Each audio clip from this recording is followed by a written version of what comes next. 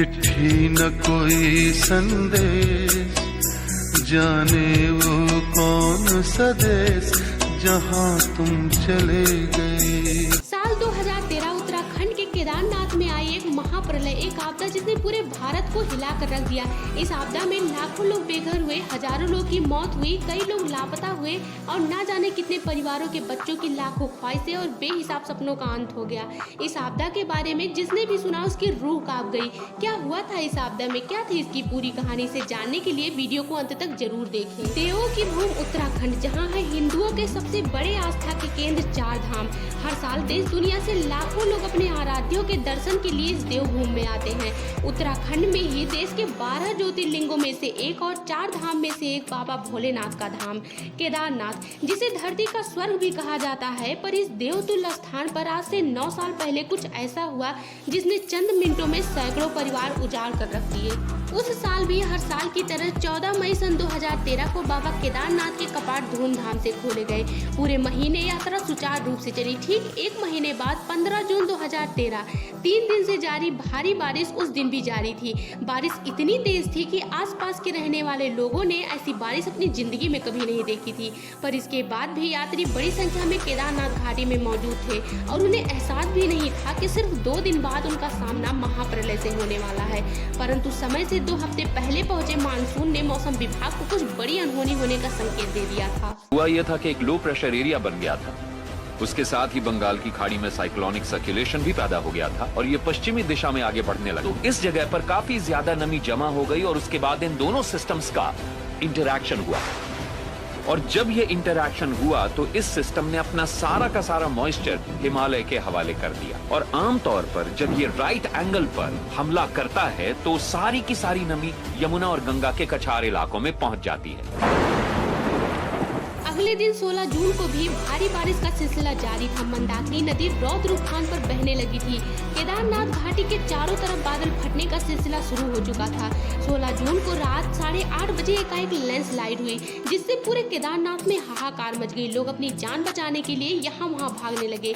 16 जून को इतना ज्यादा पानी बरसा कि पूरा पहाड़ हिल उठा था।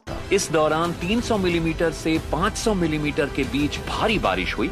आप इसका अंदाजा कुछ यूं लगा सकते हैं कि दिल्ली या पुणे जैसे शहर में किसी एक पूरे साल में करीब 800 मिलीमीटर बारिश होती है।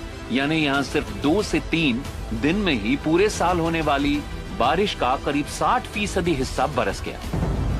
पर किसी को अंदाजा भी नहीं था कि जिसे वो तबाही समझ रहे हैं वो महाप्रलय का बस एक छोटा सा भाग था। असली प्रलय तो अगले दिन उनका इंतजार कर रही थी।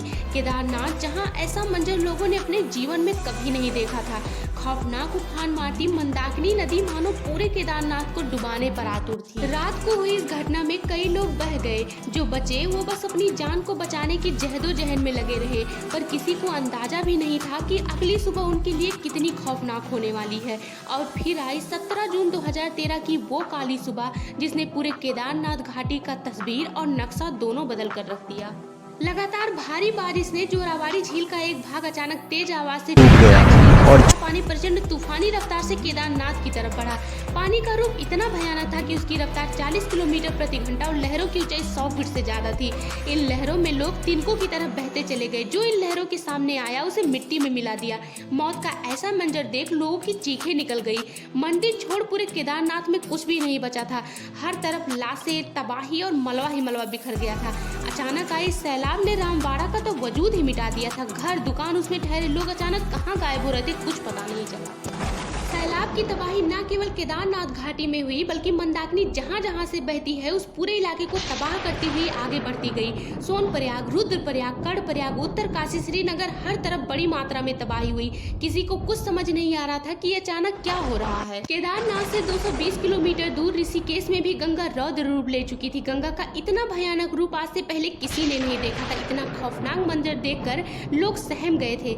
हजारों लोग मारे गए, सैकड़ों लापता हुए, हजारों बेघर हुए हुए लोग उत्तराखंड इतिहास की सबसे बड़ी आपदा झेल रहे थे। हर जगह मातम, तबाही के निशान, बर्बादी की कहानी बिखरी हुई थी। 18 तारीख में एक हेलीकॉप्टर घटना का जायजा लेने के लिए केदारनाथ घाटी पर उड़ा। उसने जब नीचे देखा तो उसके पैरों के नीचे से जमीन खिसक गई।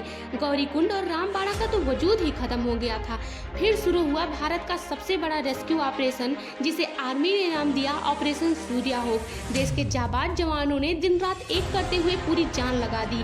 इस पूरे रेस्क्यू ऑपरेशन में सेना ने 1,10,000 लोगों को एयरलिफ्ट करके सुरक्षित स्थानों पर पहुंचाया। अब उस आपदा को बीते 9 साल हो चुके हैं, लेकिन केदारनाथ त्रासदी अपने पीछे ऐसी अनेक दर्दनाक जिंदगियां और कहानियां छोड़ गई हैं, जिसे पढ़कर आज भी इंसान रो देता है। उस आपदा से इंसान को ये सीख मिली है कि वो कुदरत को अपने स्वार्थ में बांधने की कतई कोशिश ना करे। अगर आपको हमारी ये वीडियो पसंद आई है तो please like, subscribe and comment करें। Thank you.